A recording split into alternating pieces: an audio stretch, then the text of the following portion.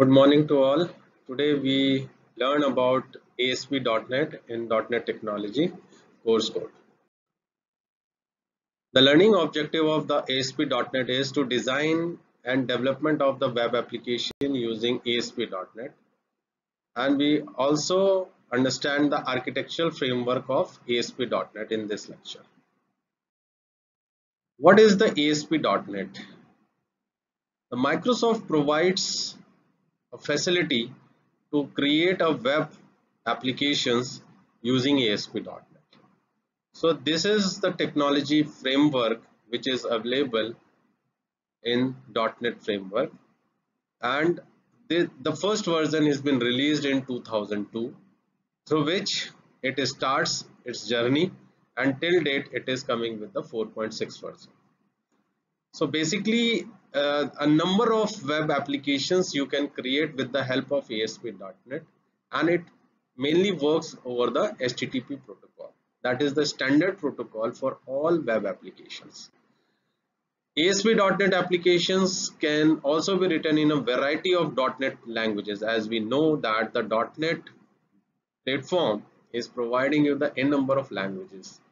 Preferably the industry point of view, they use C# as a language.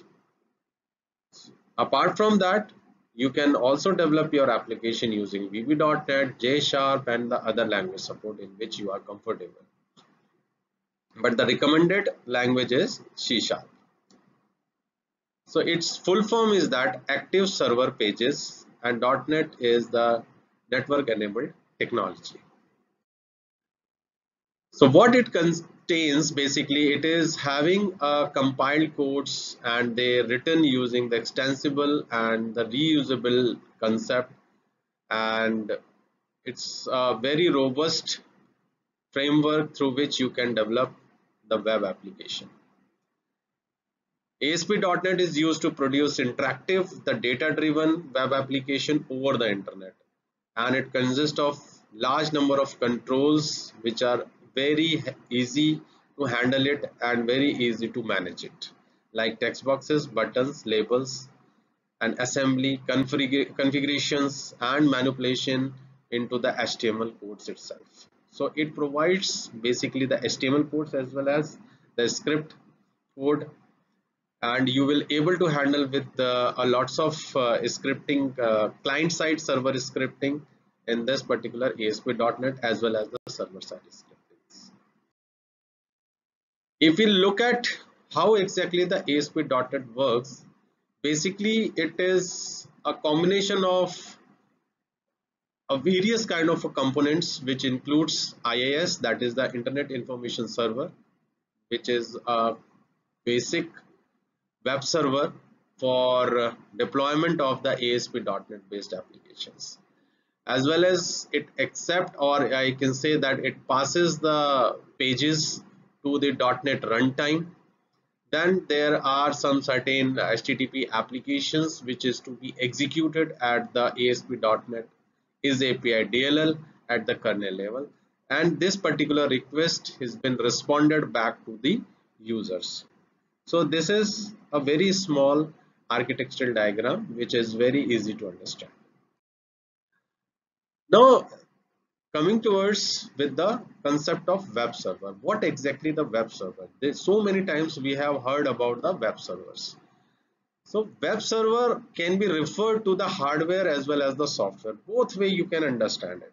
When we talk about with the hardware side, it basically a kind of a computer system which stores some web server software like Apache, IIS, XAMPP, LAMP. These all are kind of a web server softwares which is to be handled by the server, and that is the device that I can understand with the concept of computer system itself. So those considering as a hardware side.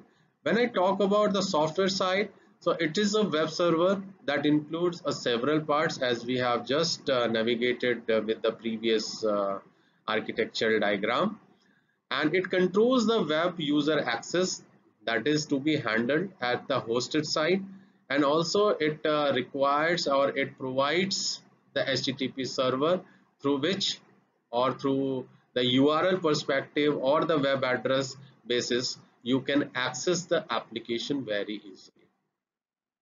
And also you can, if you can have a domain, then the domain registered is linked with a specific URL with the help of IP address and its gateways, through which you will able to access the application. The at most basic level, this is request is to be given by the users and taken by the web server, and it responds in the form of the HTTP request to from the browser, and it reverts as a response to the browser. So henceforth, if my application is not lying in that particular IP address, in such situation, it always returns 404 error because the requested document is not available at the server. And there are some certain criteria related with the website publishing. So website publishing can be handled in a two-way. One is the static web server, another one is the dynamic web server. Normally in a static way, if you do have a hardware or a computer system, so simply you can provide that IP address, and statically if you can implement it into your intra level, then you just provide the URL or the IP address with respect to its application first page to the different users. That will become a static web server. When you try to becoming a dynamic web server, it means that you must host some database servers, then you must have the application server, web server, then dynamically is to be handled by the application, and entire thing is to be managed from front end to the back end itself. That is required dynamic web server, and all the process is to be taken care by the HTTP server itself. A small components are there, that is the ASP.NET components. Let's try to understand. It's having a ASP.NET core which consisting of pages, concept, controls, master pages, caching, modules, globalization, handlers, security, membership, rows, profiles, and they above that these are the basic core libraries in which you can be handled with the help of ASP.NET Web Forms. So web forms, you are having a view engine, and for MVC model system you are having a Razor view engine. With this ASP.NET component, you will able to make up a web application. There are some certain different approaches for making a web application. Normally ASP.NET supports a single page model system or web forms or MVC model system, and mix and match whatever you will be needing. Accordingly, you can create your web application very easily and efficiently. This is diagram is representing a client server approach through which an ASP.NET interact. Normally in web browsers, all the HTML and JavaScript and the CSS is to be considered, and it is reflecting over the web page itself where the application is running.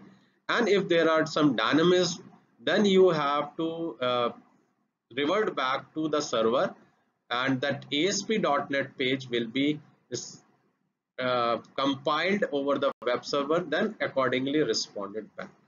So this is a client server approach. Apart from that, it handles some management that is related with the state management, caching, and because sometimes it happens that you must have some kind of a state management, because if you buy something and you pay, you go back, your data get lost. At that situation, the state management is the criteria which take over the entire data from one page to the another page, so that your data should not be lost. And caching is also one of the feature which improves the performance of the application, because local information is to be stored temporarily with the help of the caching, and you can retrieve very fast, and the better performance you can have it. Apart from that, you will have a code behind feature and the state management. So in the code behind feature, that is also one of the part. These are the reference links which you can follow for more details, and also you can refer to the references books. This is the small briefing about the as an introduction to the ASP.NET, in which we understood how and how the ASP.NET helps to make it a web application, and what are the different architectural framework through which an ASP.NET web page is getting compiled and returning back the result accordingly.